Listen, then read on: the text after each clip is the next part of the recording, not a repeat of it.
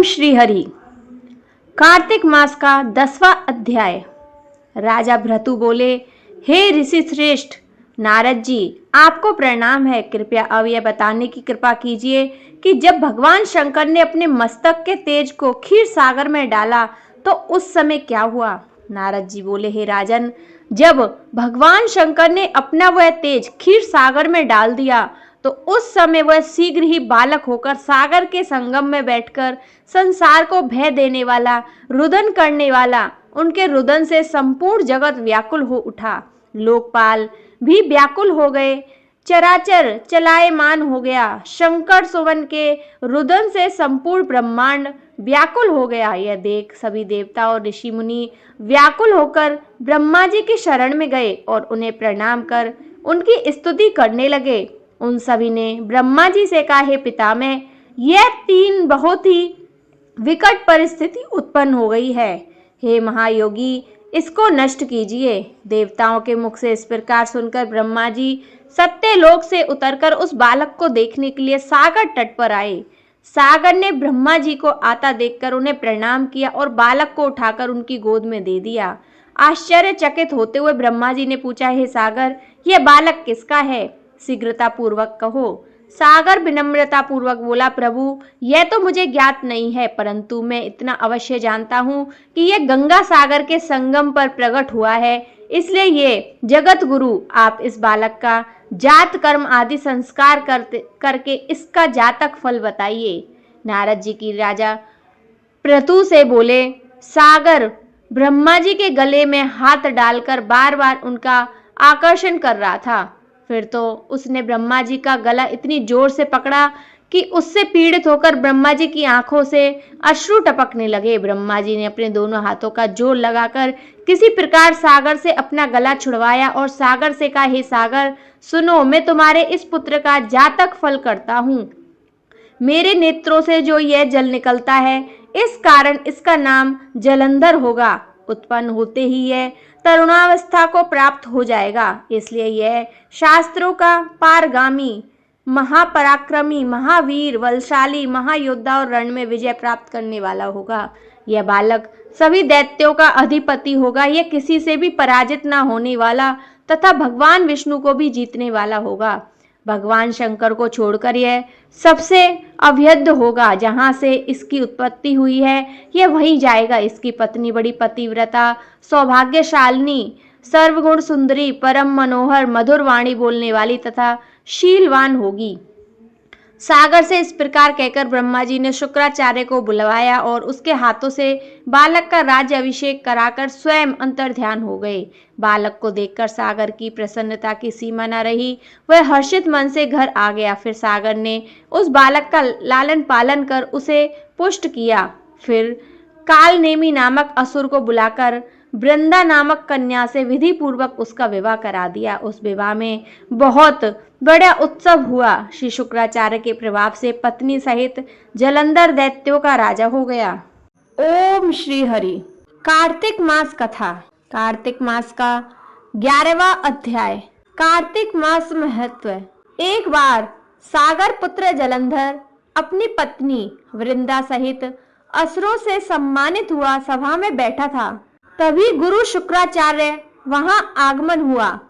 उनके तेज से सभी दिशाएं प्रकाशित हो गई। गुरु शुक्राचार्य को आता देखकर सागर पुत्र जलंधर ने असुरों सहित उठकर बड़े आदर से उन्हें प्रणाम किया।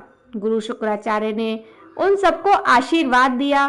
फिर जलंधर ने उन्हें एक दिव्य आसन पर बिठाकर स्वयं भी आसन ग्रहण किया।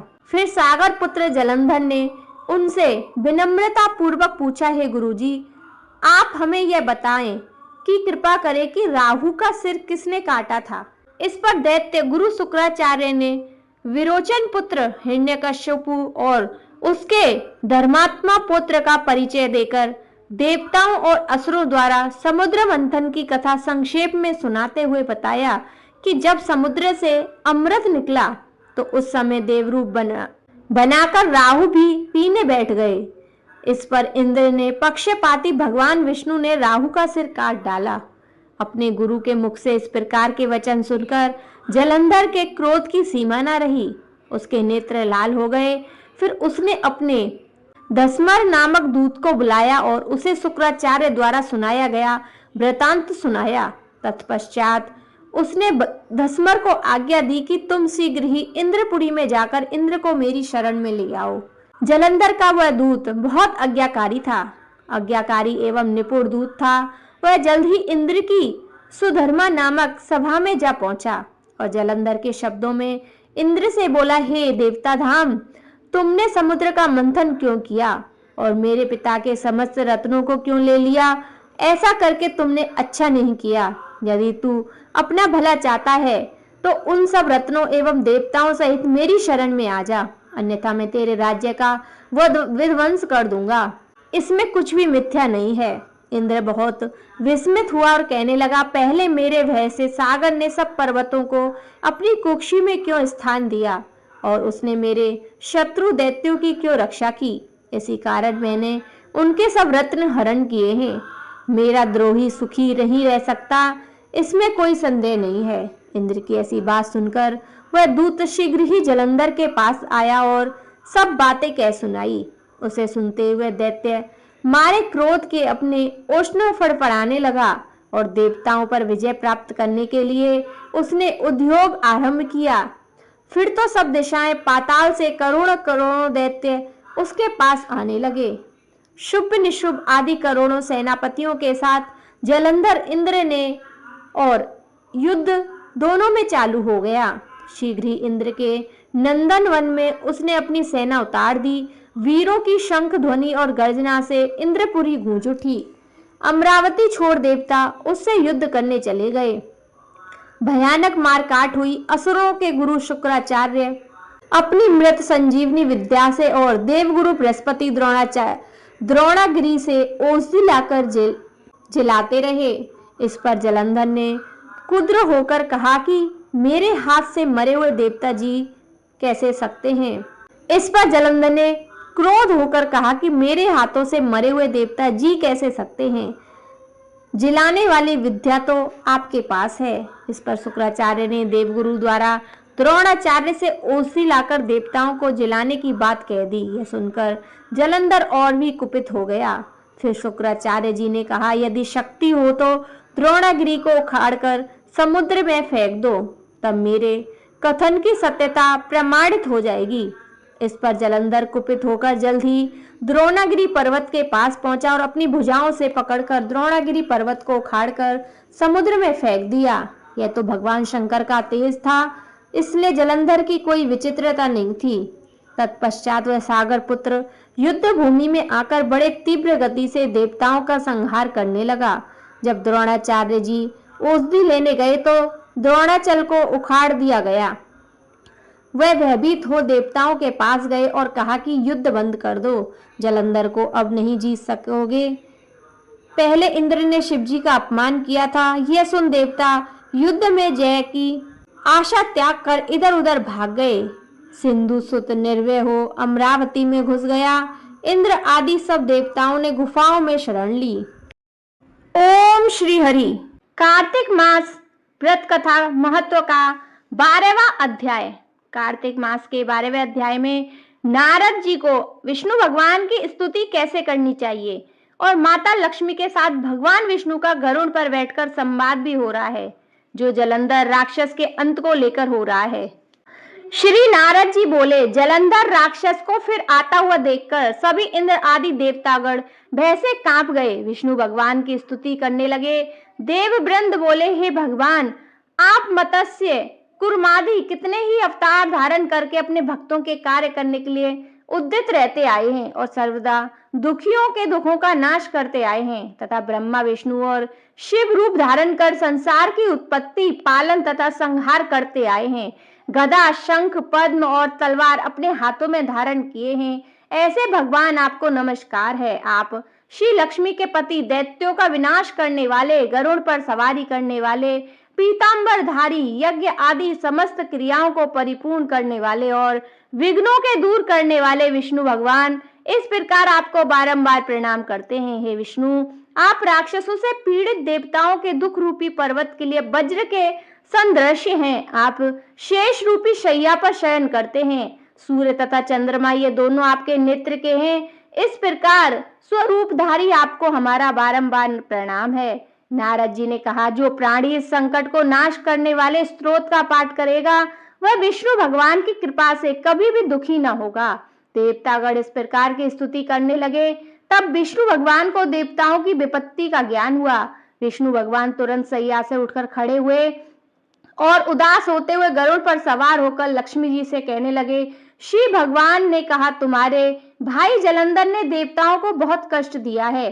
देवताओं ने मुझे युद्ध के लिए बुलाया है, अतः शीघ्रता पूर्वक मैं वहां जाऊंगा। लक्ष्मी जी ने कहा, नाथ कृपा निधि, मैं आपकी प्यारी पत्नी हूँ। यदि मैं सर्वदा आप में भक्ति रखती हूँ तब आप मेरे भाई को युद्ध में कैसे मार सकेंगे।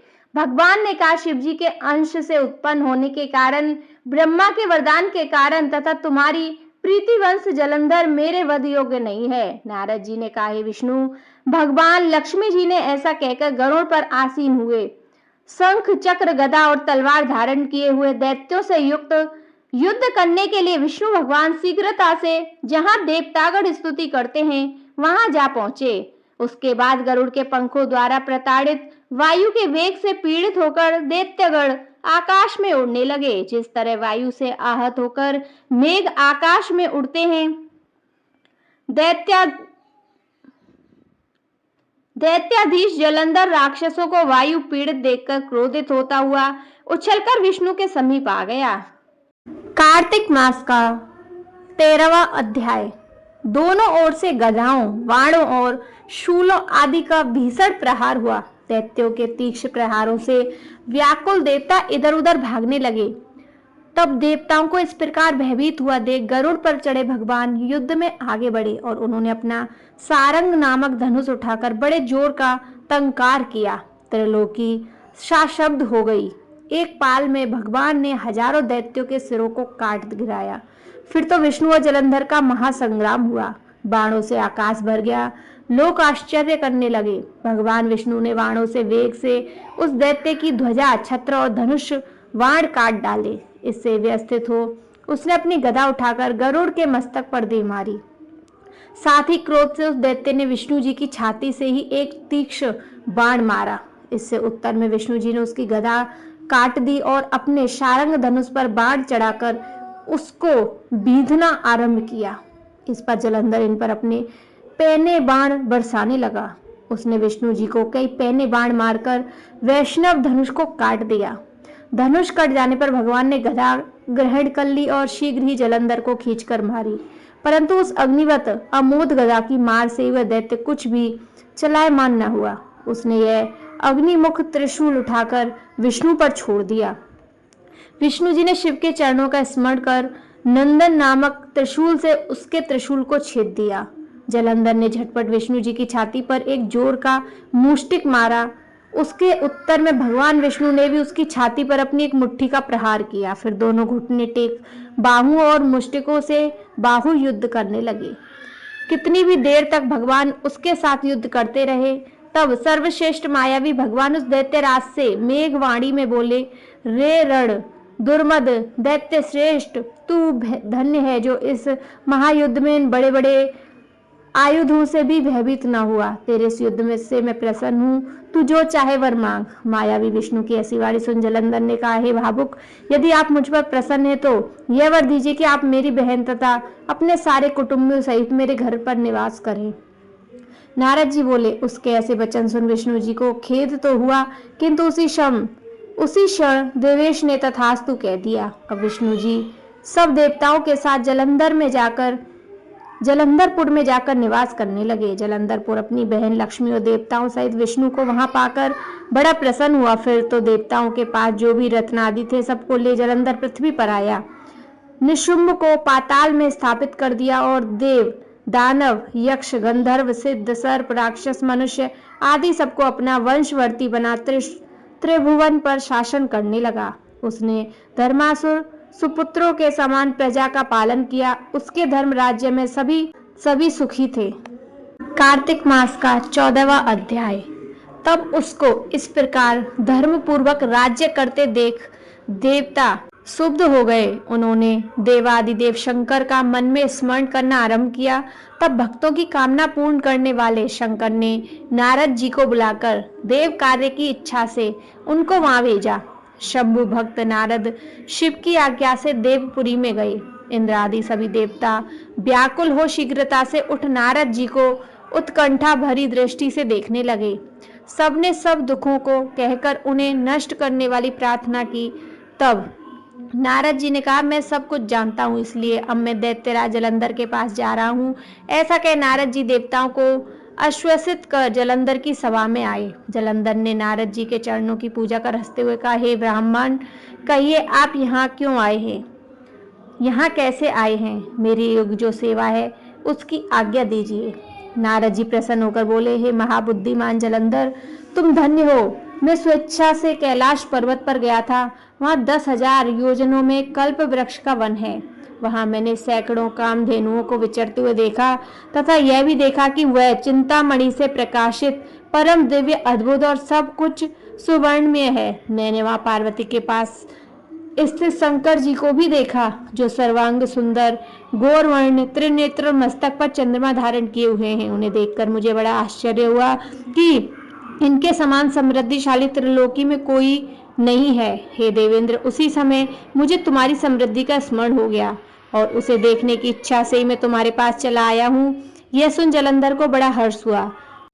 उसने नारद जी को अपनी सब समृद्धि दिखला दी। उसे देख नारद ने जलंधर की बड़ी प्रशंसा की और कहा कि निश्चय ही तुम त्रिलोकपति होने के योग्य थे।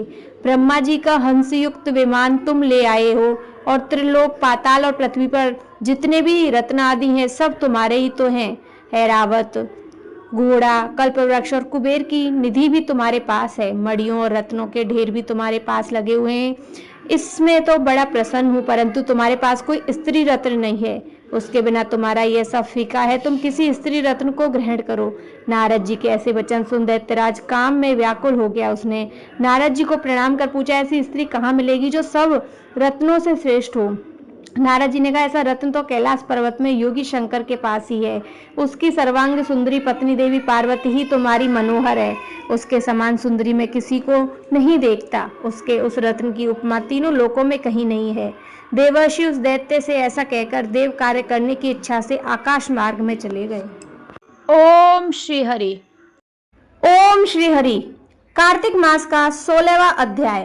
कार्तिक मास का 15वां अध्याय।